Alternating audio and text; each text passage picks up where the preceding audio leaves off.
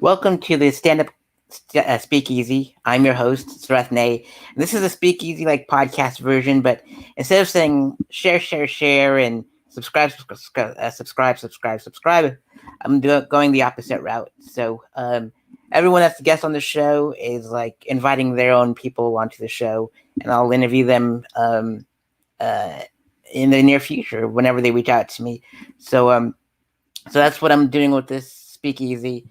So I'm treating it like a real Speakeasy. So members only, wear your members only jackets. But this time around, I'm inviting my pal Larry Fulford. I met him in Daytona Beach while he was on tour, and I did an interview with him while he was performing his headlining set.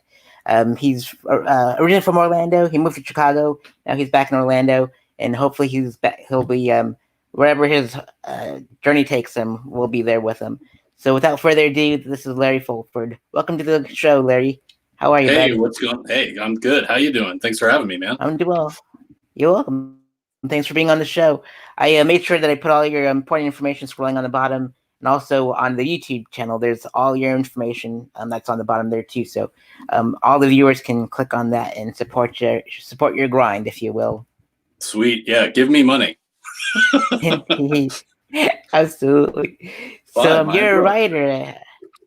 Buy his book, and we'll get to that one in a little bit. I can't wait to find out more about that one for sure. So you're a writer based out of Orlando at the moment. Yeah, I'm back in Central Florida right now. I am a pandemic refugee, I guess is the idea. Job is gone in Chicago, so I'm back here. Indeed. It's not Florida is not as weird as and strange as people make it look like on the news. I mean, I've met some really cool folks here.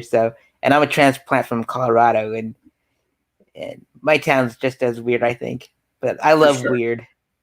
Yeah, for sure. I mean, like Florida, I like Florida as a place, and then like you said, I think there's some harmless weirdness, and then there's some maybe not so harmless weirdness, but that's all part of its charm, right? That's what I tell myself.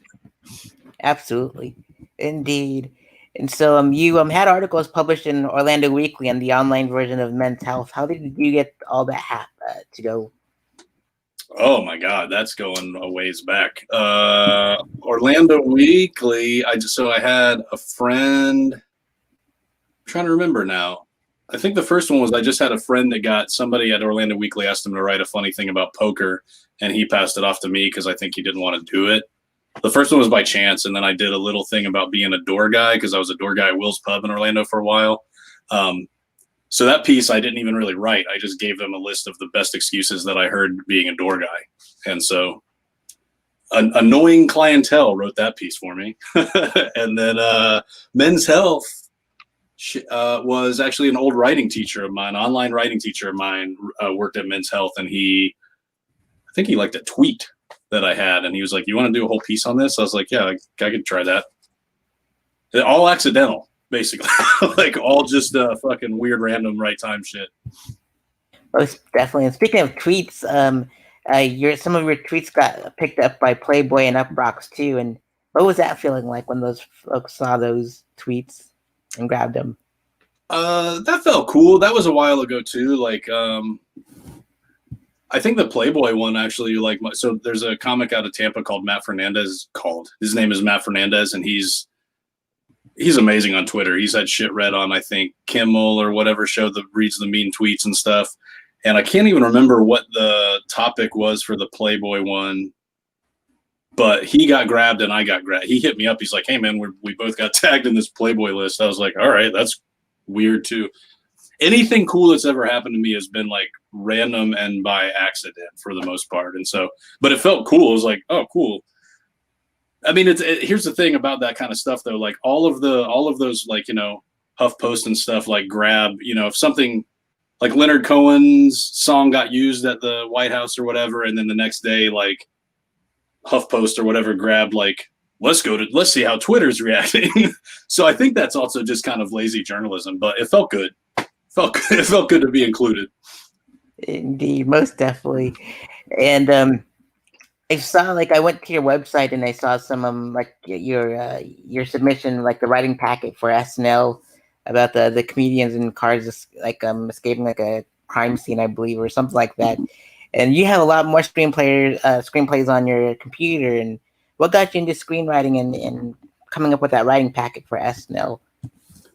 So screenwriting, like my love of screenwriting dates back before comedy. So my real quick backstory is I was like, I was pursuing music like throughout my 20s until my late 20s. And then I remembered that I also liked screenwriting. I took classes at Valencia and shit.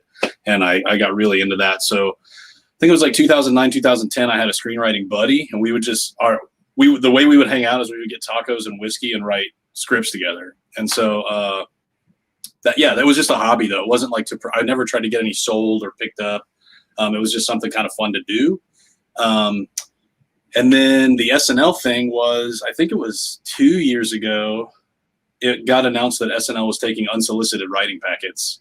Like I was in Chicago at the time, and my buddy was like, hey, they're taking unsolicited writing packets this year from anyone apparently. So I was like, fuck it, I can try to knock that out real quick. So I wrote I wrote an SNL writing packet, knowing that nothing would probably come of it. But it was, it was also like the way that I kind of approach everything is let's see if I can do it.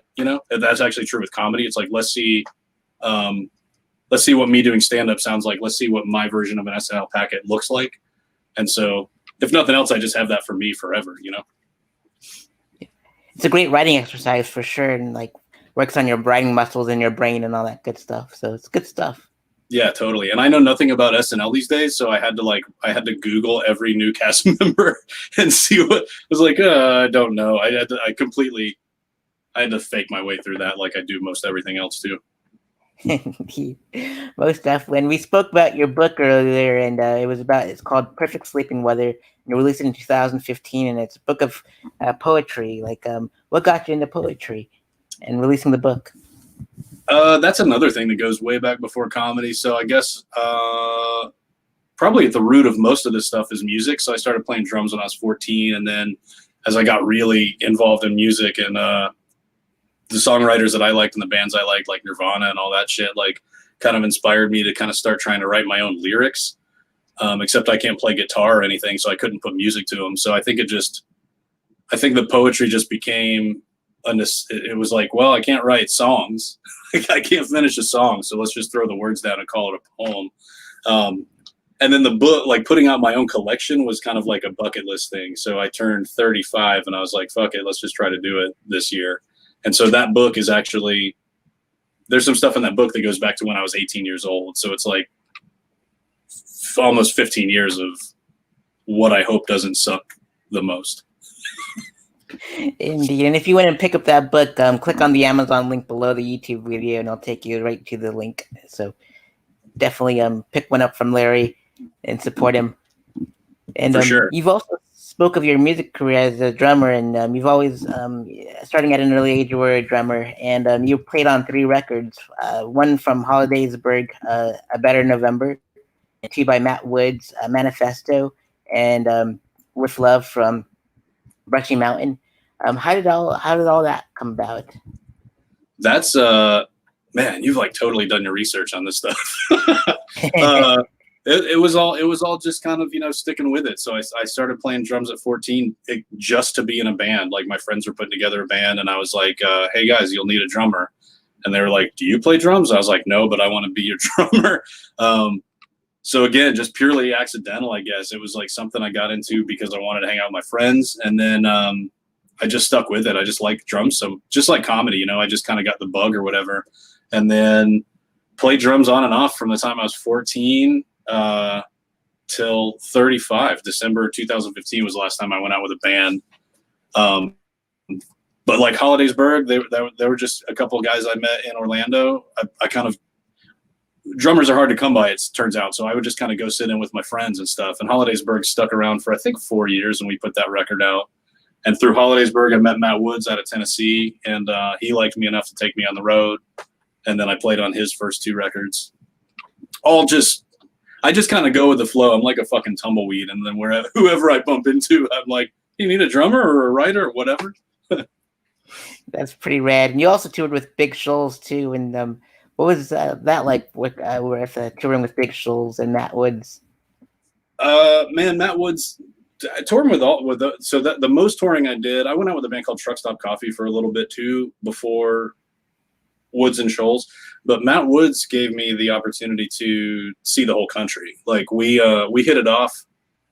We all hit it off. Like every band that you've mentioned, we all kind of became buddies and friends and stuff and slept on each other's floors. But Matt Woods wanted to do for that Rushy Mountain record, he wanted to do a big nationwide tour and go out as a 2-piece with him playing guitar and me playing drums.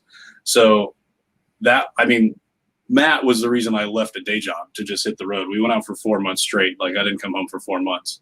It was a blast. Like I saw places I saw the Pacific Ocean for the first time, and like, met a bunch of great people. Like the music community all over the country for what he's doing is great. So it was fun, man. It was encouraging because it was like I'd spent so much of my life devoted to the drum part that it was like, oh shit, like there's something to this, like this means something to people. And so that was kind of encouraging. And then Big Shoals was also kind of an accident. They were a band out of Gainesville that needed a drummer. And so we would go out for like 2 weeks, come home, and then go out again for 2 weeks. And that was how I spent my 2015. And they what was cool about Big Shoals is they were kind of like, they were 3-piece, they were kind of country-ish, but they were also kind of like a little more rockin', I guess. So I got to play with real sticks again and beat the shit out of some drums, and that felt good. Awesome. And like I remember like on a post that you made that when you were touring with Matt Wiz, you ended up going to Pueblo, Colorado, where I was like like where my upbringing was, and how the Widowhood Effect, the band that I managed, opened up for Matt Wiz at the Radiator. And you remembered seeing the Monster Squad poster in there, and it was like a really like hole in the wall, like watering hole, if you will. And that's a pretty cool like and we didn't get to meet that time, but we just came in passing, and then we finally got to meet in Daytona of all places. So that was when I saw that, when we made that connection, that was just like that was such a small world, weird connection. And that's what I miss about touring is I love that whole, you'll be in a city and you'll just be bullshitting with somebody and you'll find out you have like, you're like, oh, I used to live in my old neighborhood or whatever.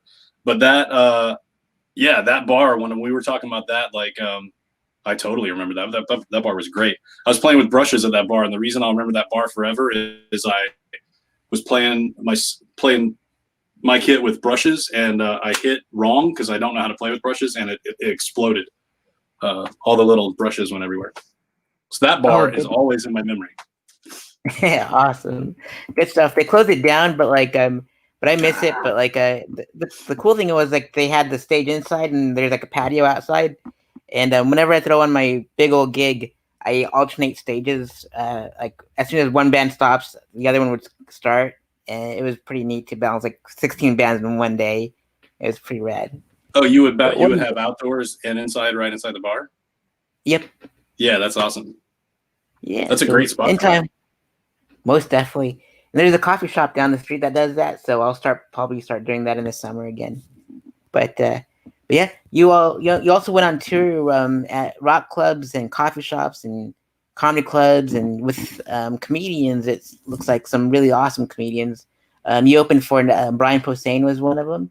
What was that like? The Posen show was just an Orlando thing. I didn't tour with him or anything, but he came to Back Booth in Orlando, and I was fortunate enough to be asked to submit a tape to see if I could be local support on that show, and I did that. It was great. I've been a Posen fan since I was, Jesus Christ, probably like my early 20s. So it was pretty. I had seen him before live at the Improv, but it was pretty surreal to be like, sharing a stage with Brian. It was somebody that I loved so much, and he was also just a very kind person. So that was really cool. Awesome. I love his taste in music too, like his metal and I would always see him like just involved in the metal scene and they're like the coolest folks that I've ever had to like book and stuff like that. So they're good folks. Yeah, and that was kind of. We didn't like hang out a ton or anything like that, but that it kind of felt like that, like hanging out with the band dude. He was in that. He's done video. He did that Red Fang video and stuff. There's a lot of like Posen metal crossover. Obviously, like Grandpa Metal came out. It was cool though. It was again kind of weird, right place, right time stuff, and I was really, really grateful. Most definitely. And you also shared the stage with Nickthune. Am I pronouncing that right? Yep, that was also a Back Booth thing. Awesome. Any cool memories with Nick? He was amazing too. Like I had actually just heard of him maybe 6 or 7 months before that. I watched his special and loved it, and then was grateful for that opportunity too. The thing that stands out about that is he plays guitar sometimes when he's doing jokes, and he sound checked his guitar that night to the Townes Van Zandt song Poncho and Lefty, and I was like in the bar like, oh, this is dope, Nickthune playing Poncho and Lefty. I have little weird memories, and that's one of my favorite ones from that night. Indeed, most definitely. And you also shared the stage with Creed Bratton. How was that like? Again, yeah, that was another back booth. Like, I think what happened was most of the comics who were around my kind of like level or class, like most of them had moved away. And so it was like, well, who's still here and might be a good fit for this bill? Well, Larry's still here. So I kind of accidentally fell into the role of hosting or opening these really cool shows. And the Creed show was dope and also surreal because he was in a band, like an oldies band called the Grassroots. So I was aware of that. So watching his set, I was like, well, this is straight up like watching a living legend, not just because of the Office stuff, but also because of the Grassroots stuff. And he played a Grassroots song, and I was like, this is like, my mom would dig this, like here at Back Booth, there's the guy from the Grassroots. Like, it was cool. It's cool that he's on The Office. I love his character on The Office, but I was mostly stoked that I was watching just somebody that's been playing music for like 40 plus years or whatever that is. Longer than that. I'm 40, so way longer than that. Indeed. Excellent show, The Office. I enjoyed the episodes when I had Netflix at the time. Good stuff. Yeah, Indeed. totally. And also, you shared the stage with, I might butcher his last name, but it was Jay Chen. If you can help me out with his last name. Oh, yeah, Chandra Thakar from Broken Lizard Crew. Yeah. Yeah, that was fun. That was fun, too. Indeed. I remember watching Super Troopers with my best friend, and he always quotes that movie. There's endless quotes in that movie. That was great. That was the first name that I got to do anything with. That was at Back Booth as well. His booker was just an old buddy of mine from my music days. And he's like, hey, if you're in town, do you want to try to see about opening the show or hosting or something? I was like, yeah, that'd be great. And that was, all of those that you've mentioned were cool because it was just like, it felt like a weird sort of, not validation, but it was kind of like, oh, maybe if you stick with something for a while and you get remotely okay at it, you can do sometimes do cool things. And they were all great. They're like, I didn't meet Jay I think I just said hello, but everybody seemed real nice. Awesome. And which other comics have you opened for that I haven't mentioned yet? That were part of your bio? Those are all the ones that you've covered are they were just all Orlando stops too, by the way. Like, these weren't people that I know or work with frequently or certainly would even remember my name. They came to Orlando. They played Back Booth, which was like a rock club. And I was just kind of like local support for the shows. Who else? I don't know. I mean, I did a little run. Everybody else is probably kind of more under the radar. JT Habersat out of Austin, Texas, the Altercation Punk comedy guy. He runs the Altercation Comedy Festival. We did a little Florida run. Like, everybody else that I've kind of done little runs with or shows with have all been, like well below the radar of Brian Posen. But they're all fantastic people and comedians. For sure. We'll get to JT's Altercation Comedy Fest soon, and one more that I wanted to cover was with another touring comic that you had. You co-founded the two-man show with Alex Lucien called Life's a Gift, and you toured the Southeast. What was that? Some tour stories from the Southeast with Alex. Oh, so Alex Lucien is one of my all-time favorite comedians ever, and he's he's definitely not a name. He's another Orlando guy. He lives in New Orleans now, but he had started stand-up just before me, and we met in Orlando and just kind of hit it off. And we've kind of founded this little troupe of comics called Good at Bad Decisions that none of us could do an hour, but together the five of us could like fake our way through an hour. So after that kind of fizzled out, Lucien and I talked about doing a tour together. but still neither of us had like a solid 30 minutes. So, but we were like, well, what if we take this game? Good and Bad Decisions had a game called Wheel of Bad Decisions. And we took that game, Luchin rebranded it, Life's a Gift. And we turned our show into like an audience participation heavy show, where the audience, we would each do like, I think we did 15 to 20 minutes each. And then we open it up and we had a big gift box, which I don't have right here. And people would come up and pull things out of the gift box and they would have to do them. Like one of the things was let Alex text anyone in your phone. And so it was fun, man. I think we did 2 runs of the Southeast. We did one that was like 10 days or something. Do I have any stories? Not really. It was fun because that was another example of us just kind of faking our way through something. Because when we went on the road, we had never done a Life's a Gift show. It was just kind of a thing that morphed into a thing on the road over the course of 10 days. And then we came back and we had so much fun with it. We did some shows in Florida. Awesome stuff, for sure. He's like one of the few comics I have yet to interview. So hopefully in due time I get to interview him. And let's see here. Speaking of JT's Altercation Comedy Festival, I got to interview him in Daytona while he was on tour here. What was that like performing on the festival?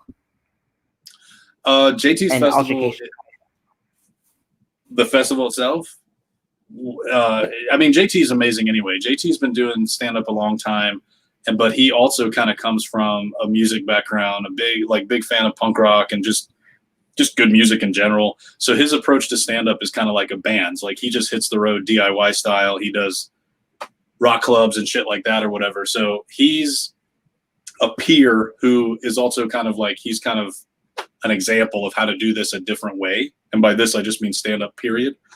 So the way that he runs his festival is very much that. It's I think I've done like 4 festivals or 5 festivals since I've been doing this. And his is absolutely the most concise, like just the tightest and just probably the most well run. It's all in one venue. So your crowds are always, anybody who has a ticket has to go to the one venue to see a show. So the crowds are good. His lineup is always ridiculous. Like he always manages to get 1 or 2 killer headliners, both in music and comedy. I did it twice. I think the first year was Canane. The second year was Eddie Pepitone. And then he also has like, who the fuck? Was it Scott Reynolds from All? The dude from The Sword? Like he like kind of combined. I think why I love it so much, it feels like a celebration of what JT likes the most. He loves music and he loves comedy. So he's like, I'm just going to have this fucking 3 or 4 days, whatever it is, party of both things. And it's just really well run. He takes really good care of the comics, tries to make sure everybody has a place to stay. And it just becomes like a celebration more than a festival, you know, certainly not like a networky, like industry festival. It's more like a hang. It's more like a party. That's pretty awesome.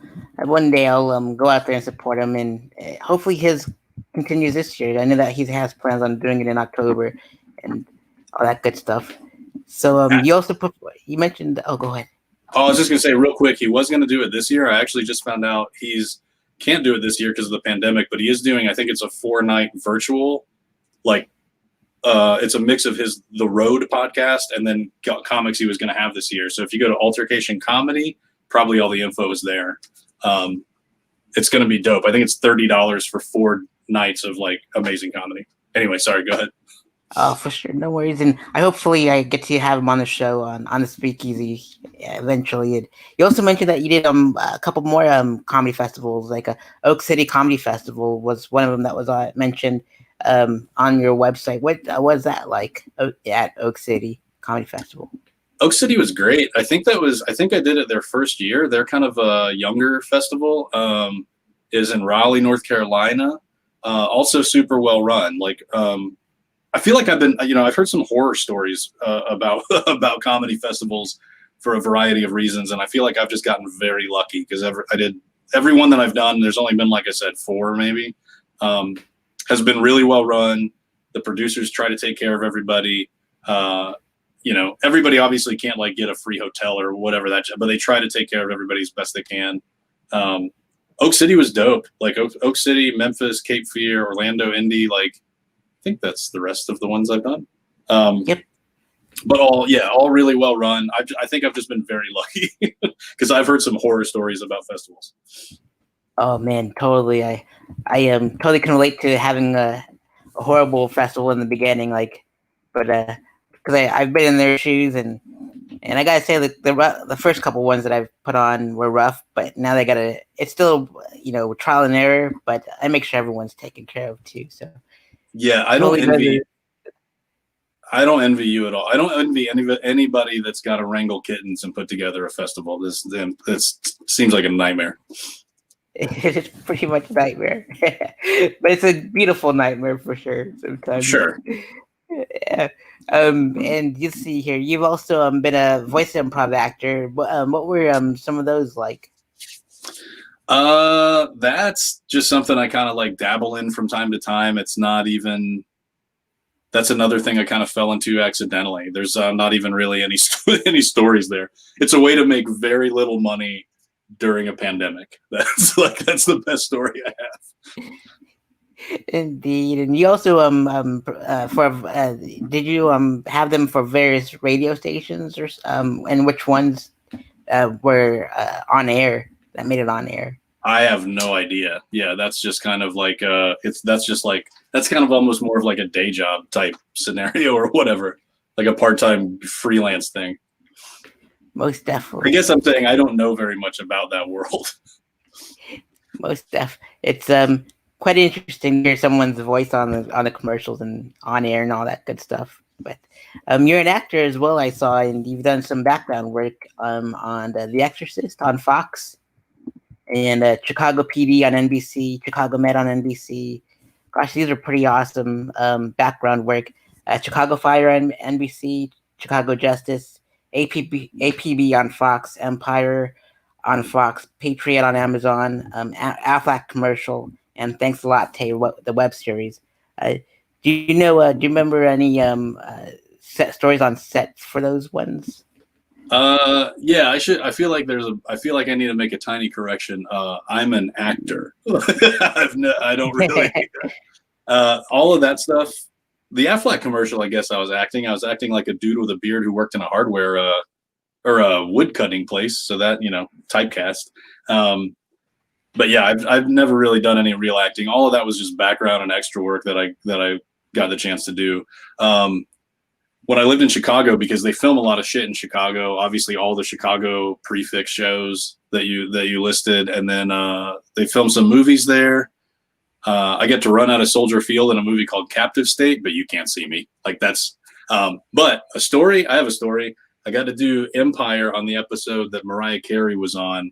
It was like a super close set. They took our phones. We weren't allowed to talk to anybody, and I got cut out of the scene, but I got to stand like here to, that wall from Miss Mariah Carey, and she's an angel. I'll just say that. She's just that was fucking surreal too. It was like early in the morning, and I'm like, what am I, or early or late at night? I don't remember, but I was like, this is fucking weird. I felt like Forrest Gump, like how do you end up in these situations where you're 15 yards away from Mariah Carey?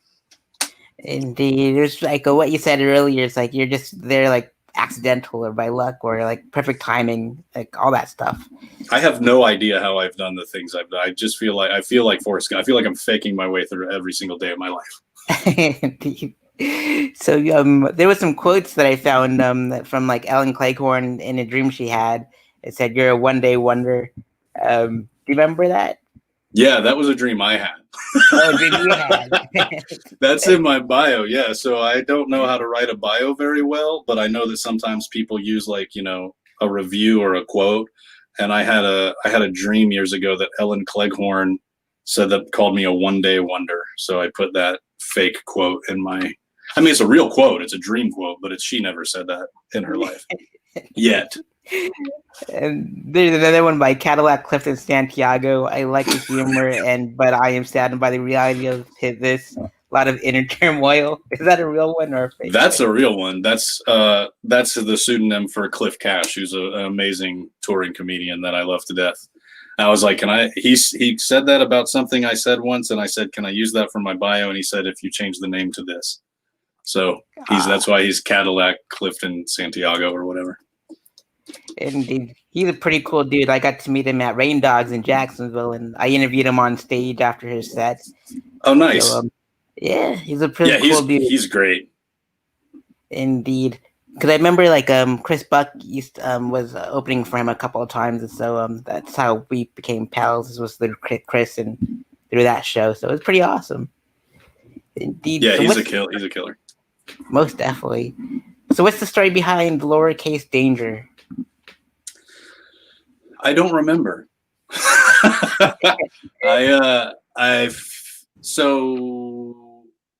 feel like a couple years, or no, this was probably back when I feel like the origin story of Lowercase Danger, and I might be butchering this story, but I think that when I was out on the road with Matt Wiz, I feel like we were quoting Breaking Bad at each other. Maybe I'm probably butchering this story, but I feel like we were quoting Breaking Bad, and I think I said something like I am the one who not, or something. Like I said something, and he said something like, "No, man, you're more of a Lowercase Danger." And I was like, "Well, if I ever don't want to use my real name for something, I'll just use that." So that I just file Lowercase Danger now is like my Instagram. It's just where I file things where I'm not necessarily comfortable using my real name, I guess. Like it's just a catch-all for the writing and stuff. Some of the writing. Indeed. And so part of the show that I have when I do we do the interviews and stuff with like this, I ask, would you like to update your answers from the time that I interviewed you in Daytona, or would you like to keep those answers the same? Depends on if you have those answers, like if you love those answers, we can keep them as is, or we can update them today. Dang, I actually rewatched that just a few weeks ago. I was like, man, I wonder what I said, because I was so tired and so hungover at that show that I was like, what did I say? I think we can probably keep those answers. They were like, Steve Martin and the State and Tignita. I feel like I dropped things that that all probably still holds true. Awesome. We'll keep it as is then. And so at this time of the show, this stand-up speakeasy is like invite only, members only jackets at the store, at the show. And so that's why it's like super hidden and underground. And instead of because there's so many podcasts out there, and I'm like, there's so many to subscribe to. Let's just go the opposite route and see how this grows its legs and see how far this thing runs. So with that being said, I want you to invite some of your favorite comics, and we'll based out of Chicago and the Central Time Zone, because I was supposed to go on tour and interview comics along the Central Time Zone. So with that being said, let's talk about your favorite showrunner in Chicago and in that time zone. Who's your favorite? Oh man, I don't really know that I have faith. I mean, Chicago was amazing, and I definitely would like to get back to Chicago. There was a ton of funny people. That was a very overall supportive scene. I don't know that I have there was a bunch. Let me try to think for this answer. So showrunner. Trying to think. How many of these people do I get to nominate or whatever? One of each. I know it's a tough one, but I guess you can go a couple. But there's like a showrunner, headliner, open micer, a feature, and a host. So. Oh Jesus! I don't know that the people that I'll mention will fit each of those categories. But I'm going to mention this guy Brandon Kirkman for the showrunner part, because he ran a mic. He co-ran a mic with some other very funny dudes at a place called Pressure Billiards. He also ran a showcase there. I think it was like the first Saturday of the month or something. But he comes to mind when you say showrunner, just because I dug his mic and I dug the show and I dug that room. Like it was a cool spot. It was also, I liked the people who ran it because they were all kind of like weirdos and they were kind of open to different sorts of comedy. And he's also a fantastic artist, and he's on my mind right now because he's doing Inktober or whatever prompts. So yeah, Brandon Kirkman. I don't know how to find him. Find him on Instagram. His art is amazing. Most definitely. And your favorite headliner out of Chicago or the Central Time Zone area? Man, oh man. I don't know. Favorite headliner out of Chicago. Here's the thing about using the word favorite is I feel like if any of other people see this, they'll be like, dude, why are you fucking not mentioning me? No, I'm just kidding. I don't really know. Because everybody that I knew in Chicago also hit open mics and stuff to work on new stuff. So everybody kind of fits the open mic bill. In Central Time Zone still. I'll go Adam Burke. I liked that dude. I didn't really know him as a person, but he's a very funny. Back when there wasn't a pandemic, he would go on the road and close some shows. He was super funny. Most definitely. And since a lot of Chicago's folks did more open mics than anything, as mentioned, who is your favorite open micer? So for this part, I think I'm just going to give a shout out to a few people. So I before I moved out of Chicago, I tested out a show called What Do You Want From Us? And I just grabbed folks on the I didn't really know anybody. I was still kind of the new guy, I'd only been there like a year or something. So I hit up comics that I had seen at mics and shows that were just fucking slayers every time. Like they didn't care if the crowd was light. They didn't care if there was bar noise. They just did their jokes, buckled down, and so for this part, Liz Greenwood is in Chicago still. She's hilarious. She also does theater stuff and not comedy stuff, or maybe it's still comedy stuff, but not stand up. Zachary Boyce is in Chicago, fucking hilarious. Tim Myers was Chicago, but he's in Phoenix now, I think, and Andrew Taven is in New York now. But they were all kind enough to do that first test run of What Do You Want From Us with me, and they hit open mics. I mean, they could all easily feature and stuff on their own shows, but they were kind of in a pool that we were all kind of bouncing around in, I guess, at the time. Indeed. And speaking of feature, go for it. I was going to say, it feels weird to mention one of them and not mention all four of them because I love them all four. Most definitely. That's a tough one for sure because there's a lot of great open micers and a lot of great folks in each category. And let's see, and favorite feature? Yeah, again, it's so Chicago's so weird because everybody kind of feel like there's a lot of people that can fit the bill. Let me think of somebody that wasn't on my own show because that felt like an easy out.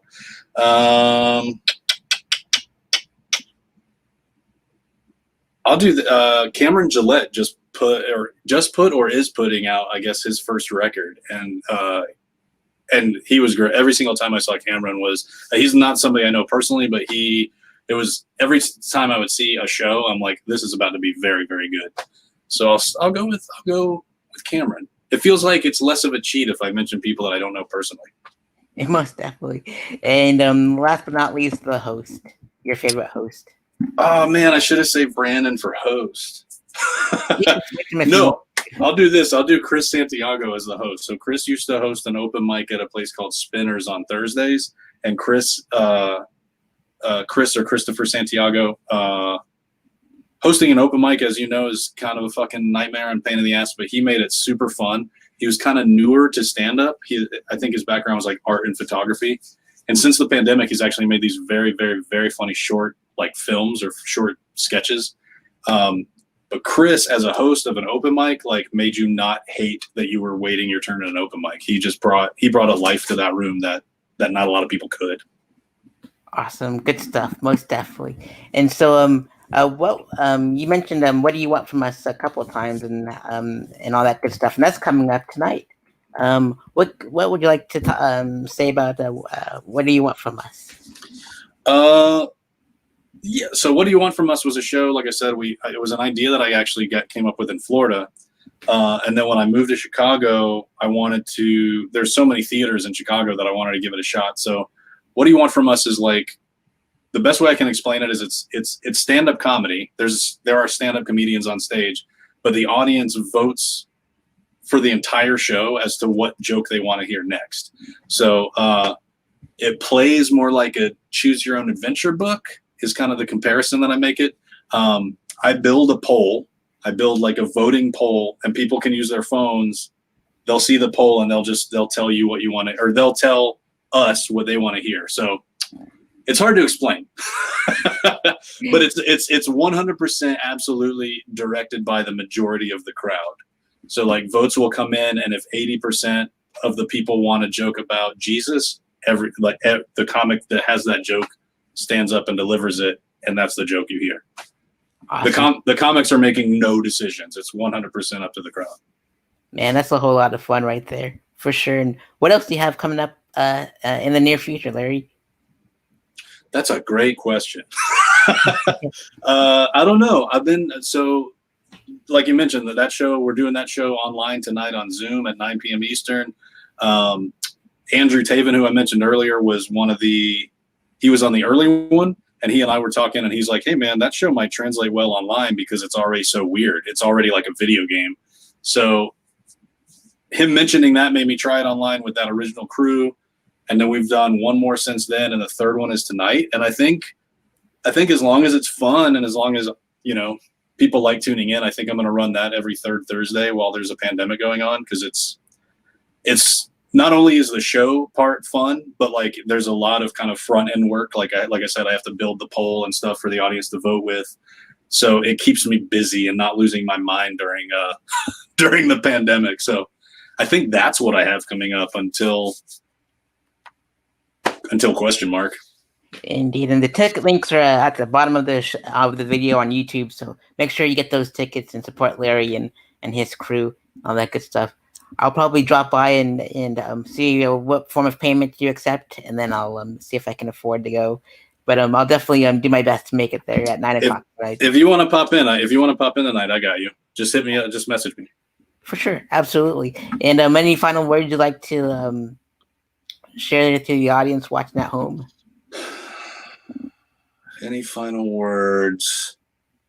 Man, I feel like I should have something really profound, on account of pandemic and stuff. But I don't know. It's a weird time right now, that's like not a secret. And I think, especially in talking with like a lot of comedy and music buddies, like I think a lot of people are starting to, if they weren't going crazy before, they're going crazy now. So I think I think any final words is just try not to go crazy. Just, find something, whether it's podcasting or knitting or, coloring books or something, like find something that's enjoyable. And yeah, come to my show tonight. If you can't find anything, there are a bunch of people putting on live shows. The show tonight is produced by nextweek.rocks. That's where you can get tickets. And that's this guy, Tony Blank, and he puts on JT's show and he puts on Carmen Morales' shows too. So if you're bored at home and you're like losing your mind and you want to kind of feel the closest thing to connection you can do right now, there's some pretty cool online shows happening right now. Absolutely. You heard the man. Go get those tickets for tonight's show. So, Larry, I will see you at tonight's show, and then I'll definitely check it out and interact with you all and help you out with those topics for tonight's show. Hell yeah. We need you because we are not allowed to make choices on our own at this show. So awesome. That'd be great. Perfect. Larry, it's an honor to have you on my show and on the StandUp Speakeasy, and looking forward to reaching out to or having those folks reach out to me, and I'll put my email on the bottom and interview your nominees for the show and invite them into the fold. So awesome. Thank you so much, Larry, and I look forward to seeing you as soon as tonight and as in person whenever that day comes, hopefully after COVID has gone. Hopefully sooner than later, for sure. Absolutely, Larry. Awesome, bud. Well, tune in next time for StandUp Speakeasy, whenever that may be, because this is going to be the reverse version of the regular podcasts that you see online. So, but I'll definitely send you the link as soon as I publish everything together and put everything together, Larry. So I'll see you tonight. Awesome. Thanks again for having me. This has been super fun. Thank you. You're welcome, Larry. I'll see you soon. Take care, bud. Bye-bye.